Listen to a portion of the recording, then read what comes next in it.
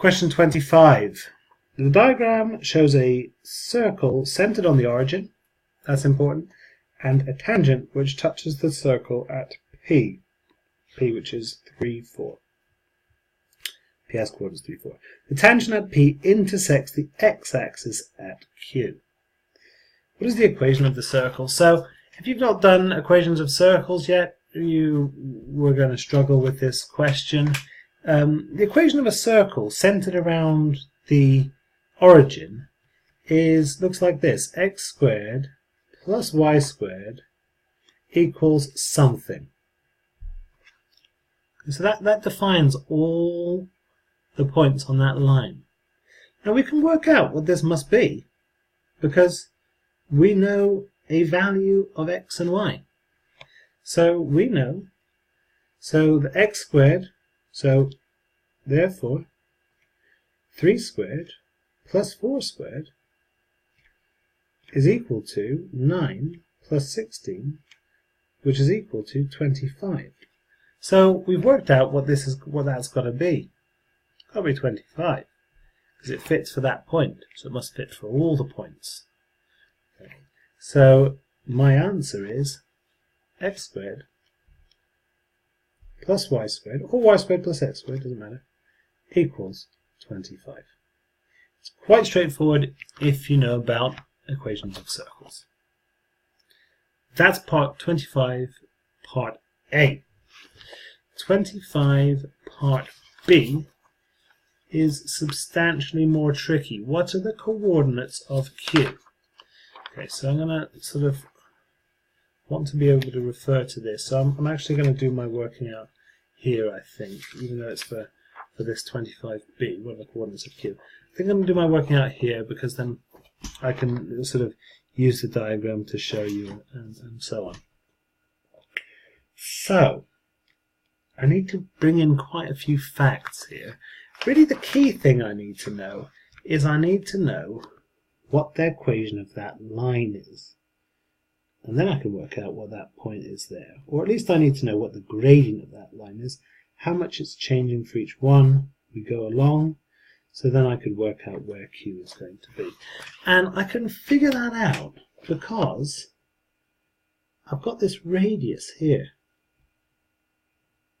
And I know, because I can use this, I know what my gradient of this line here is.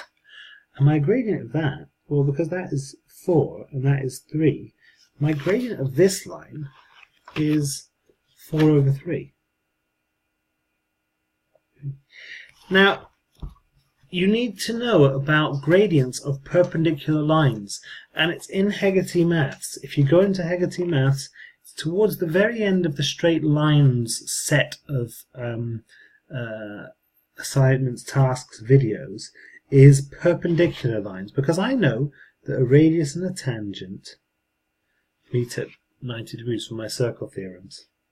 Okay, so I know that this one is going to be on the tangent there. That's going to be at 90 degrees to that one, which means that this line here is going to have a gradient of -3/4. -3/4. So what that means is that for each one we go across, we're going to go 3/4 down.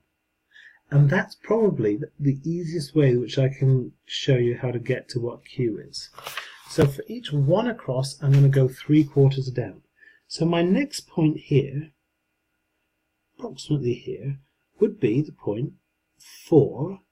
And if I go 3/4 down, I go 3 1/4.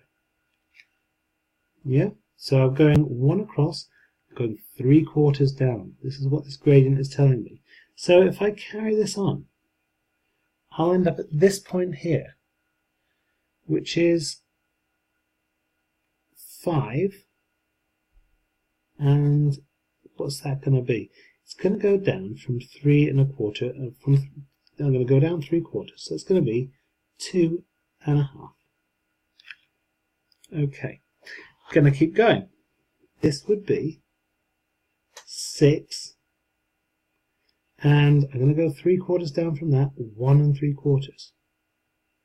Okay, so there's going to be 7 and 1. So I've just slightly sort of managed this, I suppose.